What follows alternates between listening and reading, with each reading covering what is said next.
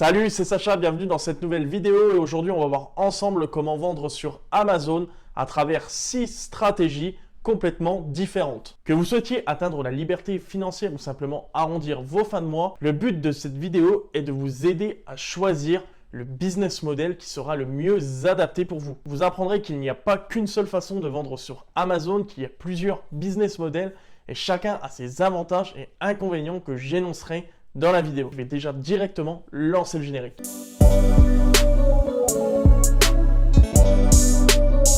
La première stratégie est le retail arbitrage. Le retail arbitrage, c'est très simple, ça consiste à acheter des produits dans des magasins physiques moins chers et les revendre plus cher sur Amazon afin de se tirer une marge dans sa poche. Les personnes qui font ce genre de stratégie vont se rendre dans des magasins du type Auchan, Leclerc pour nicher et sourcer des idées produits sur lesquels ils pourraient faire un maximum de bénéfices. Donc qu'est-ce qu'ils font? Ils prennent leur application du seller central, ils scannent plein de produits, voient combien ils se vendent sur Amazon et combien eux l'achètent en magasin. Ensuite, ils calculent leur marge et ils voient s'il y a de la demande sur ce produit et en fonction de ça, ils l'achètent. Les 3 points essentiellement que les vendeurs retail recherchent en magasin, c'est un produit moins cher que sur Amazon, pour lequel la demande est suffisante sur le marketplace, et le 3e point, sur lequel il se dégage une marge suffisante. Si ces 3 points sont réunis, ils vont acheter un maximum de produits disponibles dans le magasin, surtout s'il y a des réductions sur les produits, par exemple un acheté, un offert. D'ailleurs, ceux qui pratiquent le retail arbitrage sont souvent appelés des chasseurs. Parmi les qualités requises pour ce type de business, il faudra parfois plusieurs heures afin de trouver un produit gagnant dans les magasins. Il va falloir s'armer de patience et de persévérance. Le gros avantage de ce type de business, c'est qu'il ne faut pas sortir beaucoup de trésorerie au départ du lancement de ce business. Tu n'as pas besoin de commencer avec des 5 10 000 euros pour lancer ce business. Par exemple, 5 600 euros dans tes premiers achats de produits vont être suffisants. Le deuxième gros avantage est que tu vas directement dans les magasins. Donc, tu vois directement la qualité de plusieurs produits et tu es quitte de commander des échantillons comme dans d'autres stratégies de business model. Les inconvénients, alors il y en a dans ce type de business model, c'est évidemment le risque de blocage. Pourquoi le risque de blocage de compte Amazon? Tout simplement parce que si tu vends une marque, essentiellement tu vas cibler des marques connues parce que les gens, quand tu vends un produit sous marque connue, ils ont plus tendance à l'acheter parce qu'ils sont souvent rassurés. C'est pourquoi les vendeurs de retail arbitrage vont souvent vendre des produits sous marque connue. Et le gros problème, c'est que si tu vends un produit sous une marque protégée qui n'autorise pas la revente sur Amazon, tu peux te prendre une violation de droits intellectuels et tu peux tout simplement te faire bloquer ton compte. Le deuxième business model, c'est l'online arbitrage. Donc là, c'est la même chose que le retail arbitrage. Je ne vais pas m'éterniser sur ce business model.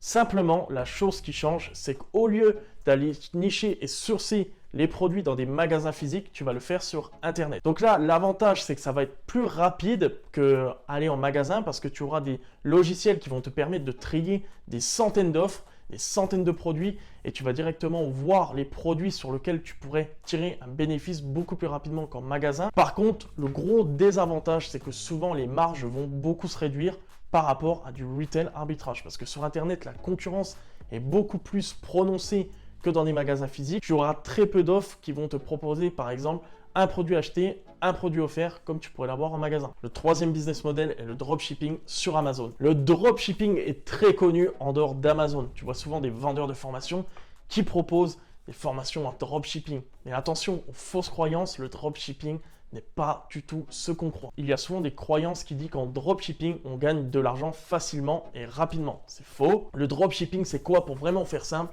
ça consiste à vendre des produits pour lesquels tu n'as pas le stock. Donc vraiment en adéquation complète avec Amazon. Parce qu'avec Amazon, tu as du stock.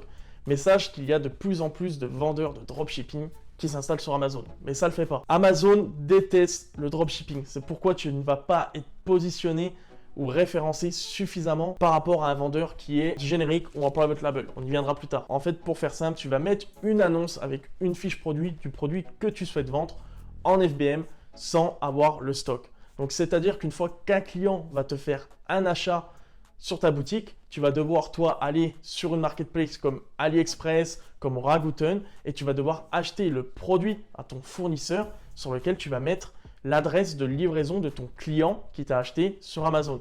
Donc, c'est assez compliqué, il y a assez de manutention, surtout si tu n'as pas de logiciel. En plus, souvent, comme inconvénient, tu ne vois pas du tout la qualité du produit.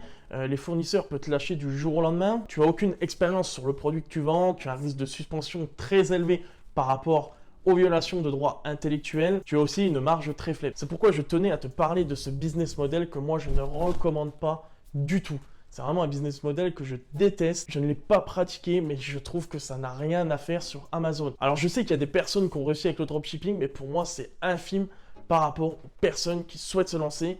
On leur vend trop du rêve, je trouve. C'est pourquoi, si vraiment tu veux vendre sur Amazon, fais quelque chose de sérieux. Fais soit du retail, ou fais soit ce que je vais te parler tout de suite, ce que je recommande et ce que moi je fais. Quatrième type de business model, l'achat-revente en générique.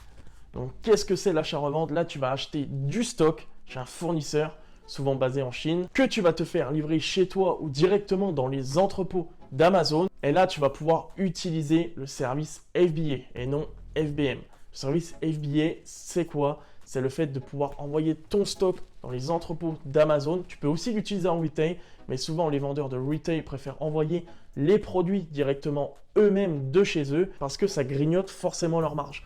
Que là, directement en achat-revente, tu auras anticipé ce coût dans ton calcul de rentabilité et tu pourras utiliser le service FBA. Le service FBA, comme je te l'ai dit, c'est que tu envoies directement tes produits dans les stocks d'Amazon et Amazon s'occupe d'envoyer tes produits à tes clients.